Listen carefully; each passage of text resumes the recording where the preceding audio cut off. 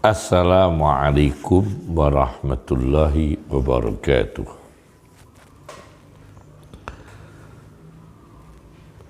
Profesi penyuwuk atau raqi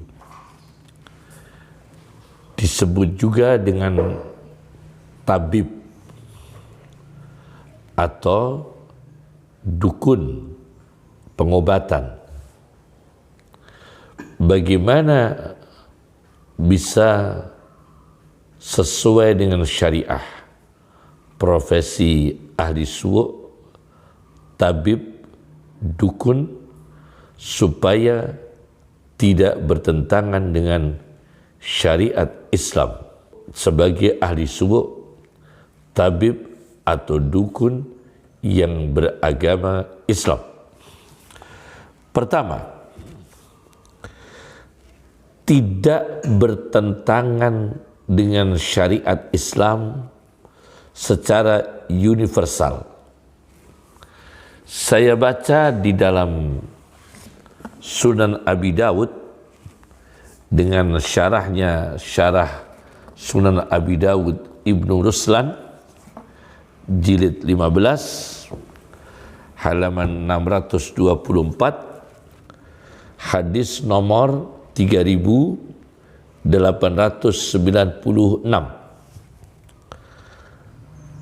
Diceritakan di sini ada seorang sahabat Nabi Sallallahu Alaihi Wasallam melewati sekelompok kaum yang di sana ada laki-laki yang majnun atau gila sedang diikat dengan besi.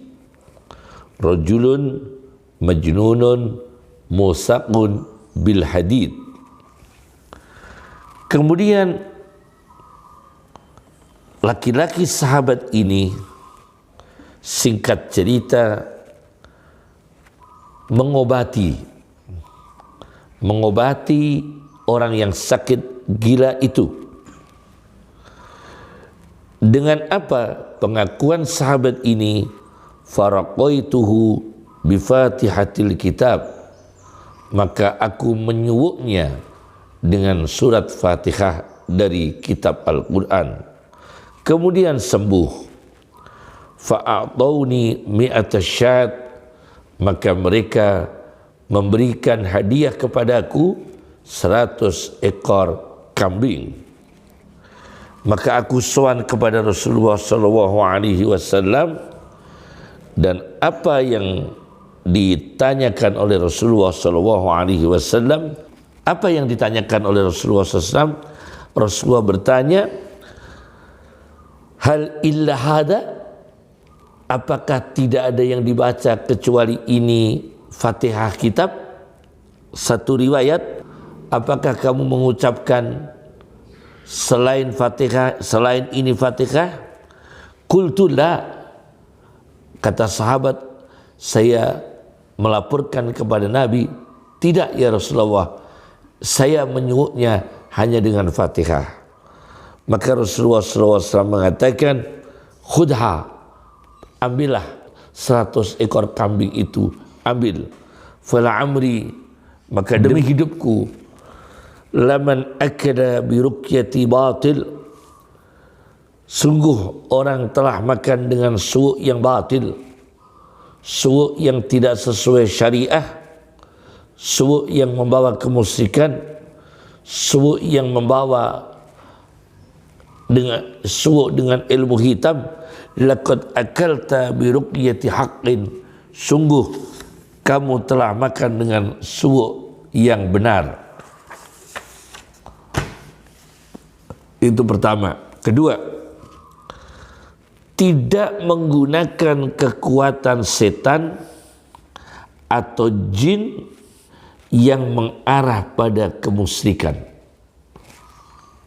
Saya baca di sebuah kitab yang berjudul Ar-Ruqyatus Syar'iyyah, Ar-Ruqyatus Syar'iyyah wa Tib wa Ilajul Mashhur su' yang syariah dan pengobatan, kedokteran yakni pengobatan dan mengobati orang yang kena sihir.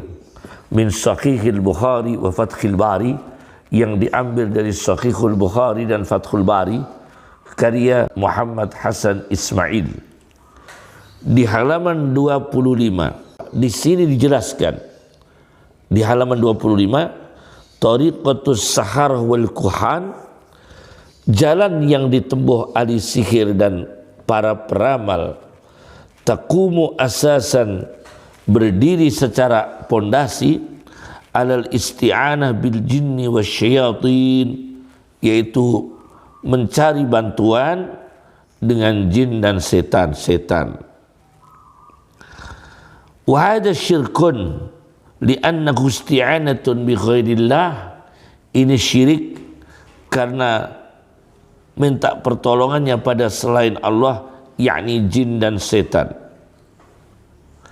Wal adha min dalik, ada yang lebih besar musibahnya daripada itu, anna syayatina la tahdumus sakhira, sesungguhnya para setan tidak melayani, tidak membantu tukang sihir, hatta yakfura, sehingga tukang sihir itu melakukan perbuatan kekufuran, mengucapkan kalimat-kalimat mengarah pada kekufuran. Imma biqaulin, tukang sihirnya sampai menjadi kafir dengan ucapannya, au bifi'lin, atau dengan perbuatannya. Wa kullama kana as-sahiru a'sadillah, dan apabila dukun, tukang sihir lebih berani maksiat kepada Allah, kana syayatinu minhu aqrab, maka setan bisa lebih dekat. Walahu atwa, dan setan bisa lebih tunduk. Semakin beraninya kepada Allah, setan semakin membantunya. Nah, bahkan di sini ceritakan, kita mendengar ketika kita masa kecil, kata pengarang ini, ada seorang tukang sihir, seorang dukun yang tidak bisa bekerja, tidak bisa berdiri dengan sihirnya, dan tidak dibantu, tidak didatangi oleh setan, yakni tidak membantunya, hatta yasna'a minal mushafi khidaan, sehingga dukun itu, tukang sihir itu berani menjadikan Quran sebagai sepatu, menginjak-injak Quran. Fayalbasahu fi qadamih, Quran dipakai di telapak kakinya. Wa yadkhula bihi al-mirhad, dan Quran dibawa masuk di toilet. Nah, ini baru dibantu oleh jin-jin setan dengan melakukan perbuatan yang menjadikan dia menjadi kafir karena perbuatannya atau dengan ucapannya. Kemudian saya baca di dalam tafsir Ad-Durrul Mansur fi Tafsiril Ma'sur karya Jalaluddin As-Suyuti di jilid 8 halaman 301, ketika menafsirkan ayat 6 surat Jin. Wa annahu kana rijalun minal insi, dan sesungguhnya terjadi ada laki-laki sebagian dari manusia, ya'udzuna birijali minal jinni, berlindung pada jin-jin laki-laki, fazaduhum rahaqa, maka manusia-manusia ini yang minta perlindungan pada jin menambah jin itu rohakon, semakin salah, semakin dosa, semakin sombong, semakin melampaui batas. Nah, ini dilakukan ketika zaman jahiliyah. Rohakon itu khati'atan wa isman di sini. Ya, kemudian diceritakan di sini, yaitu pada zaman jahiliyah, orang-orang jahiliyah yang mendatangi satu tempat, kemudian orang-orang jahiliyah itu mengatakan, na'udzu bi azizi hadal makan, kita mohon perlindungan dengan jin yang dimuliakan di ini tempat. Bukan minta perlindungan kepada Allah, tapi dengan jin yang dimuliakan di tempat ini. bi azizi hadil makan, maka jin semakin sombong karena diagung-agungkan oleh manusia. Jin semakin dosa, jin semakin salah. Kata Jalaluddin Asyuti, rohakon khoti'atan wa isman, semakin salah semakin dosa. Yang ketiga, bersih dari penggunaan ilmu-ilmu sihir atau ilmu perbintangan, meramal, astrologi. Dalam satu hadis diriwayatkan oleh Abu Dawud dengan syarahnya Aunul Ma'bud karya Muhammad Syamsul Haq Al-Azim di juz 11 halaman 121, hadis nomor 3901. Di sini diceritakan Rasulullah sallallahu alaihi wasallam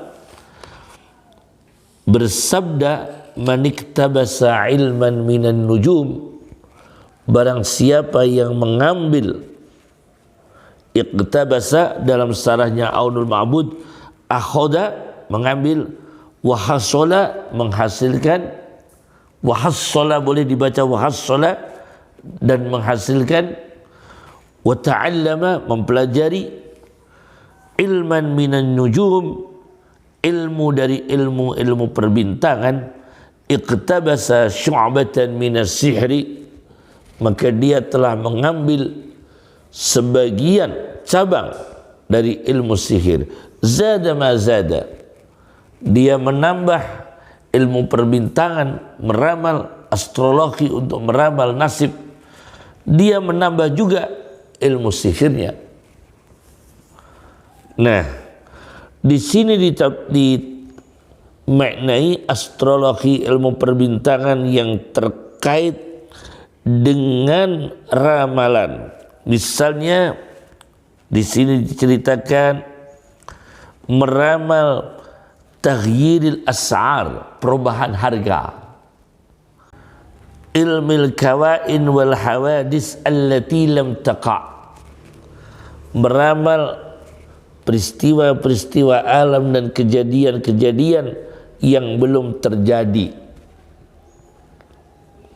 Tapi kalau ilmu perbintangan, yakni astronomi, untuk mengetahui waktu salat, wa amma ma yu'lamu bihi awqatus salah, dan adapun ilmu perbintangan, ilmu astronomi untuk mengetahui waktu salat, wajihatul qiblah untuk mengetahui arah kiblat, fa ghairu dakhilin fima naha anhu, tidak masuk apa yang dilarang oleh Nabi SAW dari ilmu perbintangan.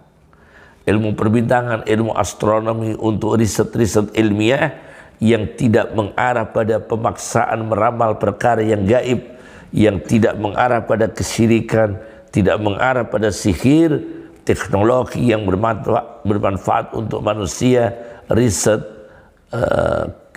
sains yang berkaitan dengan perbintangan, berkaitan dengan astronomi, tidak masalah, tidak mengarah pada kemusikan dan sihir. Keempat, tidak berdusta. Nah, dukun, tabib, tukang suuk tidak berdusta. Saya baca di dalam hadis Sahih Muslim dengan syarah Nawawi, hadis nomor 5778, syarah Nawawi juz 14 halaman 444. Rasulullah sallallahu alaihi wasallam ditanya oleh para sahabat, wahai utusan Allah, fa innahum yukhaddisuna ahyanan asy-syai'a yakunu haqqan, maka sesungguhnya para dukun, para peramal kadang-kadang beberapa waktu menceritakan sesuatu dan nyata. Bagaimana? Kadang-kadang apa yang dikatakan mereka ada yang nyata. Qala Rasulullah sallallahu alaihi wasallam, Rasulullah mengatakan, tilkal kalimatu minal jin, kalimat itu awalnya dipengaruhi oleh jin. Yahtafuhal jinniyu, yang kalimat itu memang dijamret, dijamret oleh jin. Fayaqurruha fi udhuni walihi qarrad dajajah, maka kalimat yang dijamret, dicuri oleh jin itu dituangkan di telinga kekasihnya jin. Yaqurruha di sini Imam Nawawi menjelaskan bi fathil ya wa dhammil qaf wa tasdidir ra, yaqurruha, bukan aqarru yuqirru, tapi qarra yaqurru. Kemudian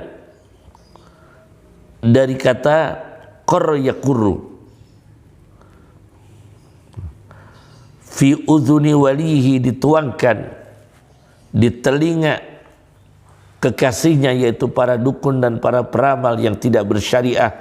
Qarrad dajajah, al-qarru di sini tardidukal kalam, yaitu kamu mengulang-ulangi kata-kata, mengulang-ulangi ucapan, fi udunil mukhatab hatta yafhamah, di telinganya orang yang diajak bicara sehingga dia memahaminya.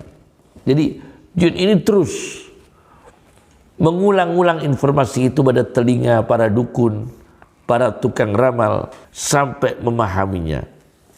Itu arti yaqruha. Qarrad dajajah, seperti ayam mengulang-ulangi kur itu. Qarqaratan, seperti ayam mengulangi suaranya, yaitu kur. Qarqaratan. Fayaqurruha, maka jin itu mengulangi kalimat itu yang diinformasikan kepada para dukun dan peramal, diulang-ulang sampai para dukun dan peramal itu memahaminya. Fi udhuni walihi, di telinga kekasihnya jin, yaitu para dukun dan peramal yang tidak bersyariah. Qarrad dajajah, seperti ayam betina mengulang-ulangi kata-kata kur. Fayakhlituna fiha aksara min mi'ati kadbah, maka mereka ini menyampur di dalam satu kalimat itu, dicampur lebih banyak, melebihi daripada 100 dusta. Jadi mungkin ada yang benar 1-2 kata, tapi ratusan yang bohong. Aksara min mi'ati kadbah, lebih banyak daripada 100 dusta. 5. Keyakinan bahwa ruqyah su', pengobatan dan hasil dari su' dan pengobatan dan prakteknya tadi berhasil, itu takdir Allah, bukan ditentukan oleh tukang su' itu sendiri, bukan ditentukan oleh tabib itu sendiri, tapi semua tidak bisa lepas dari takdir Allah Subhanahu wa ta'ala. Semua tidak bisa lepas dari takdir Allah. Saya baca di dalam sebuah kitab Al-Kafarat, sebuah kitab Al-Amrat wal Kafarat wat Tib wal Ruqyat, karya Diyauddin Al-Muqaddasi, seorang hafidul hadis, Muhammad ibn Abdul Wahid, terkenal dengan Diyauddin Al-Muqaddasi.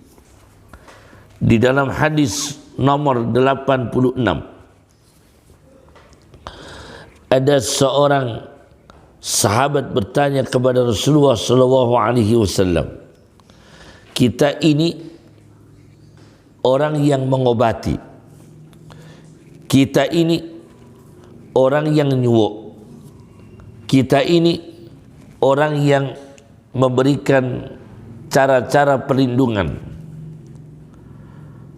Apakah yang kita lakukan itu baik mengobati, menyuwuk, memberikan cara-cara perlindungan bisa menolak takdir Allah? Faqala Rasulullah sallallahu alaihi wasallam, innahu min qadarillah. Sesungguhnya semua itu takdir Allah. Orang bisa nyuwuk, orang bisa mengobati, takdir Allah. Hasilnya bagaimana? Takdir Allah. Efektif dan tidaknya takdir Allah. Itu harus diyakini supaya berakidah benar, bertauhid, tidak mengaku-ngaku ini aku yang menentukan, ini aku yang menyembuhkan, ini aku yang menyelamatkan. Nah, semua harus diakui itu takdir Allah Subhanahu wa ta'ala, diakui dan diyakini.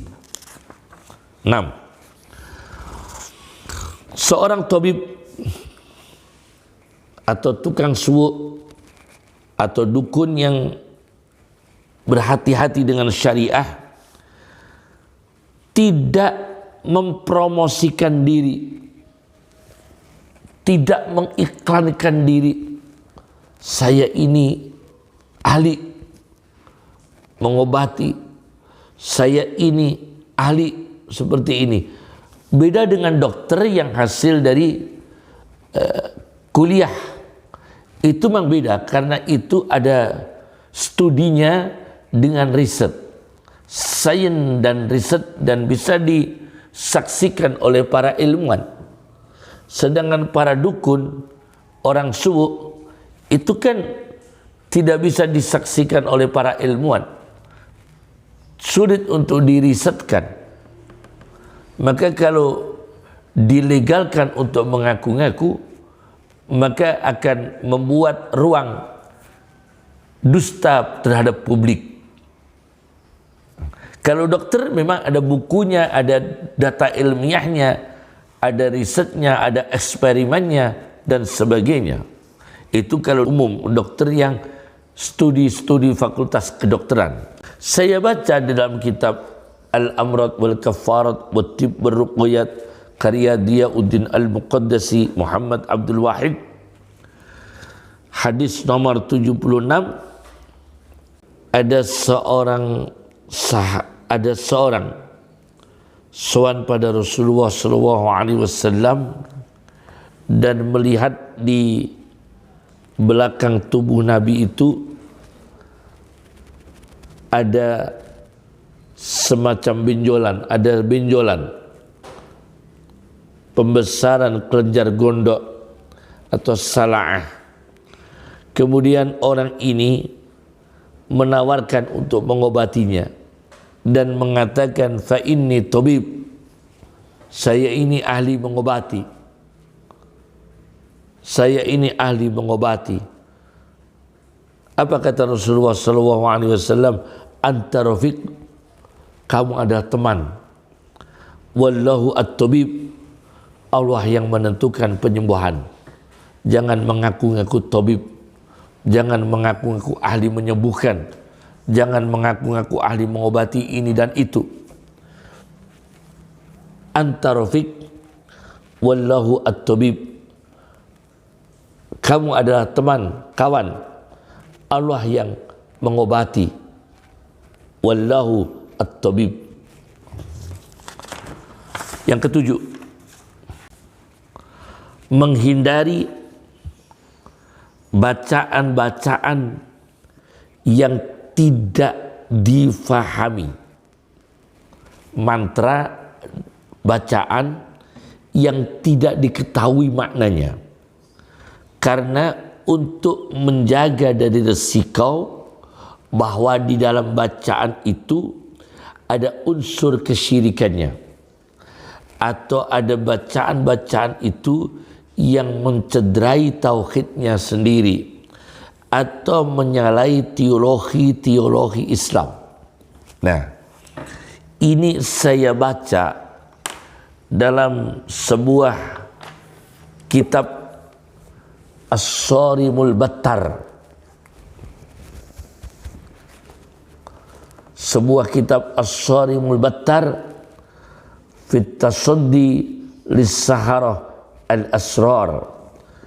Ini kitab mengkaji secara ilmiah untuk menghadapi para penyihir yang jahat.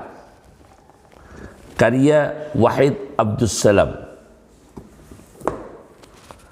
Di sini dijelaskan, itu biasanya lafaz-lafaz yang khusus Al-Quran atau doa dari sunnah, apabila dibaca insya Allah membawa kesembuhan dari penyakit dan perkara-perkara, menyelamatkan dari perkara-perkara yang menyebabkan kerusakan. Dan ruqyah itu biasanya tidak diucapkan pada perkara yang merugikan. Nah, perkara yang merugikan ini adalah sihir. Kemudian meskipun su' atau ruqyah itu tidak membawa kerugian, yakni hanya untuk pengobatan, penyembuhan, tetapi perlu diwaspadai bahwa ruqyah itu ada yang ma huwa masyru', bacaannya ada yang sesuai dengan syariah, seperti Fatihah, Al-Falaq, An-Nas, dan ada lagi ma huwa ghairu masyru', yang tidak dilegalkan oleh syariah, karuqal jahiliyah, seperti suwuk-suwuk jahiliyah, wal hindi, suwuk-suwuk India, wa ghairihim. Karena kalau suwuk India dengan bahasa sana dan umat Islam tidak memahaminya, itu mengkhawatirkan di dalamnya itu ada unsur kemusyrikan, ada kandungan-kandungan yang mencederai tauhidnya umat Islam, mencederai imannya orang Islam, mencederai teologinya Muslim. Wa rubbama kana kufran, dan kadang-kadang suuknya itu karena tidak paham, ternyata di dalamnya kekufuran. Nah, di sini dijelaskan, naha ulama'ul Islam, di halaman di kitab As-Sarimul Battar halaman 109 110, naha ulama'ul Islam anir ruqa allati la yufqahu ma'naha. Ulama-ulama Islam melarang suuk-suuk yang tidak difahami maknanya, li'annaha madinnatu syirki, karena suuk-suuk yang tidak difahami maknanya itu menjadi tempat dugaan adanya kemusyrikan, madinnatu syirki. Nah, dikuatkan oleh hadis Muslim,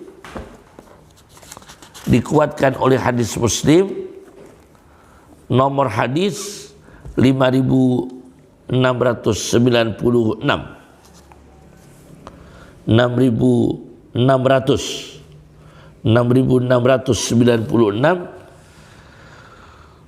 ada sahabat Nabi Auf bin Malik mengatakan, ya Rasulullah, kita ini pada zaman jahiliyah tukang suuk ya Rasulullah, bagaimana pendapatmu tentang itu ya Rasulullah? Faqala Rasulullah sallallahu alaihi wasallam, i'ridu alayya ruqakum, tunjukkan dulu kepada saya suuk-suuk yang kalian baca, tunjukkan kepada saya, yakni diseleksi oleh Nabi, dikoreksi oleh Nabi. La ba'sa birruqa man lam yakun fihi syirkun, tidak apa-apa dengan suuk-suuk asal tidak ada kemusyrikan di dalamnya. Oleh karena itu harus ditashih, diketahui persisnya dalam syariat itu bertentangan atau tidak dengan syariat, itu harus diketahui. Manakala bertentangan harus dijauhi, dihindari, dihentikan. 8. Praktek ruqyah, ketabiban atau dukun yang bersyariah menghindari apa-apa yang membahayakan supaya tidak berisiko dalam prakteknya itu pada pasien, pada orang yang ditanganinya. Saya baca dalam kitab Al-Amrad wal Kafarat wa Tib wal Ruqyat karya Diyauddin Al-Muqaddasi Muhammad Abdul Wahid, hadis nomor 77, Rasulullah sallallahu alaihi wasallam bersabda, "Man tatabbaba," barang siapa yang memunculkan dirinya sebagai tabib, memunculkan dirinya orang yang ahli mengobati, walam yakun bitibbi ma'rufa, padahal dia tidak dikenal sebagai tabib secara dedikasi dan pendidikannya, yakni studi-studinya baik kedokteran yang rasional atau ketabiban subuh, fa asaba nafsan, maka dia membawa musibah pada seseorang, yakni membawa hilangnya jiwa, famadunaha, atau musibah-musibah di bawahnya lagi, di bawahnya korban jiwa. Bagaimanapun kalau ini orang bukan ahlinya kemudian melakukan praktek ketabiban, membawa petaka pada yang ditangani, fahuwa dhamin, maka dia orang harus bertanggung jawab. 9. Tabib, tukang suwuk atau dukun yang bersyariat harus menjaga akhlak etika. Tidak boleh menjadi dukun cabul, tidak boleh asusila, melanggar norma-norma agama, apalagi mengorbankan pasiennya, mengorbankan orang yang ditanganinya, korban secara psikologis, apalagi korban moralitas. Nah, ini penting sekali. Yang ke-9 ini, menjaga etika dan akhlak. Saya baca di dalam kitab Muwatta, ini kitab yang sudah kuno. Kami punya banyak Muwatta dari berbagai riwayah, dari berbagai jalur. Ini yang Muwatta jalur Yahya bin Yahya Al-Laisi, terbitan kuno ini ya, terbitan Mesir, Isa Al-Halabi, tanwir, yaitu Muwatta Malik. Muwatta Malik di juz 3 halaman 147 diceritakan di sini ketika wanita-wanita para sahabat yang sedang berbeat kepada Nabi sallallahu alaihi wasallam, maka dalam beatnya itu para wanita-wanita sahabat berjanji tidak melakukan kemusyrikan, tidak mencuri, tidak berzina, tidak membunuh anak-anaknya, tidak mendatangi dengan kedustaan dan tidak membangkang pada Nabi di dalam kebaikan. Tapi Nabi pasti menyuruh kebaikan. Maka mereka ini berbiat kepada Nabi sallallahu alaihi wasallam. Apakah Nabi bersalaman dengan para wanita-wanita ini? Rasulullah sallallahu alaihi wasallam di depan mereka mengatakan, "Inni la usafihun nisa." Sesungguhnya saya Muhammad sallallahu alaihi wasallam tidak mau berjabatan tangan dengan perempuan yang bukan muhrimnya. Inni la usafihun nisa, sesungguhnya saya Rasulullah tidak mau berjabatan tangan dengan perempuan yang bukan muhrimnya. Nah, jelas. Maka dukun, para tukang suuk, jangan sampai kalau Anda ingin bersyariah, jangan sampai Anda ini mencabuli pasiennya sendiri, perempuan misalnya, atau melakukan tindakan-tindakan yang melanggar etik, melanggar etika, melanggar akhlak syariah. Nah, ini harus dijaga. Itu tadi yang ke-9, menjaga etika dan akhlak. Cukup dari kami. Assalamualaikum warahmatullahi wabarakatuh.